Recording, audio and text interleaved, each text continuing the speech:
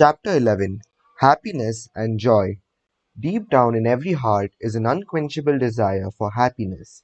The advanced soul desires happiness just as much as the pleasure seeking worldling. The difference between them is simply that the former, through knowledge and experience, does not search for happiness, knowing that it can never be found by direct seeking, but finds it through service and love to others and in victory over self, while the latter seeks happiness like a will-o'-the-wisp in every form of pleasure and finds it not. Man is never satisfied with his life. He is forever seeking something that is better. Until he learns wisdom, he looks for it in pleasure, in sense gratification of various kinds, in wealth, luxury, and possession. The less evolved a man is, the more convinced he is that happiness can be gained in these ways, and the lower are his desires. For instance, those who form what is called the underworld of our cities seek happiness in vice and debauchery.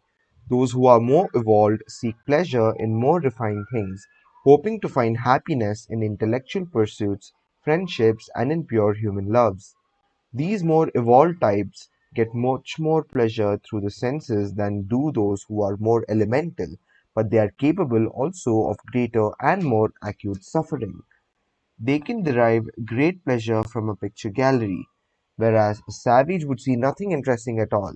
They can also suffer from things which a savage would not be capable of feeling. Yet, in spite of this developed refinement and ability to derive pleasure from art, science, literature, etc., happiness is still as far off as ever. All attempts at finding happiness lead finally to emptiness. There is no satisfaction, either in wealth and all that it can command, getting on in life, or in fame and power. They allure at first and promise happiness, but they fail us, and finally are seen to be but vanity and vexation of spirit. This desire for happiness is good, for it leads us through innumerable experiences so that the soul can realize by practical experience the emptiness of all self-seeking and thus learn wisdom. After running the whole gamut of experience, the soul learns at last that happiness is not something that can be found by seeking it, but is an inward mental state. Although work well done brings a quiet sense of satisfaction, and success in one's career may also be a source of gratification for a short time, yet even these cannot satisfy the deep longing of the soul. Happiness, however, is to be found in service. Not if we seek happiness in service and serve in order to be happy, but if we serve others for the sake of serving, we find the only happiness that will endure and satisfy.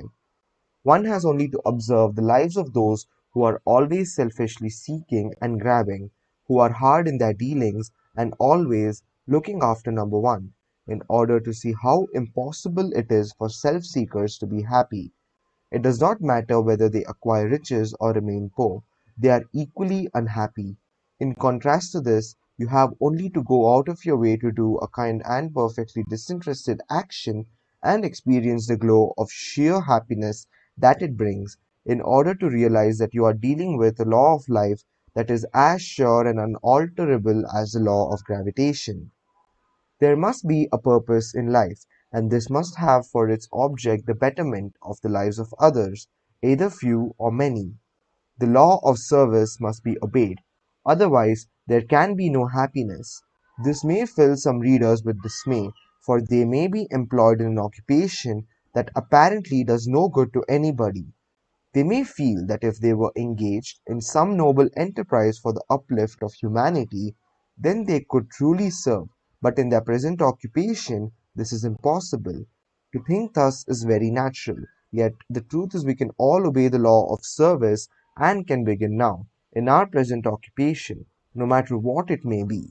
We have only to do our daily work, not as a task which must be got through in order to bring us a living, or because it is expected of us that we should work, but as an offering of love to life and the world in order to come into harmony with the great law of service. Our ideas of values with regard to occupations are altogether erroneous from the inner wisdom point of view. The scrubbing of a doorstep, if faithfully done in a true spirit of service, is of as much value and real importance as the writing of a deathless poem or dying for one's country.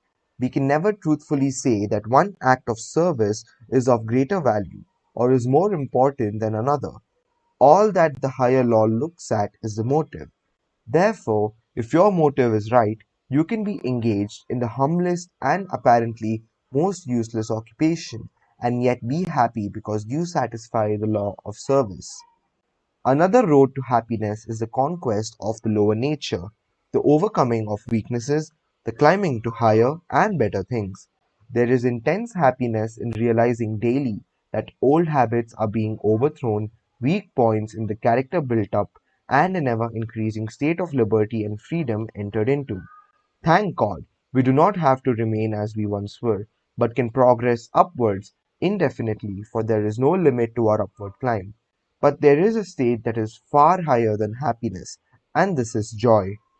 Happiness comes through service and overcoming, but joy comes only to one who realizes his oneness with his divine source. The reality is ineffable joy. Behind this world of shadows is the real, spiritual world of splendor and delight. When the soul, after its immense journey through matter, time, and space, at last finds its way back to its divine source, it becomes aware of this intense joy, too great to be described in words. It not only realizes that the reality is joy and the universe filled not with groans or sighing, but with the sweet, quiet laughter of freed souls. It is also itself filled with this ineffable joy. What has all this got to do with practical, everyday life, it may be asked? Everything, for the one who possesses this quiet joy can never be defeated in life's battles. He has something within him that can never be quenched, and which will lead him from victory to victory.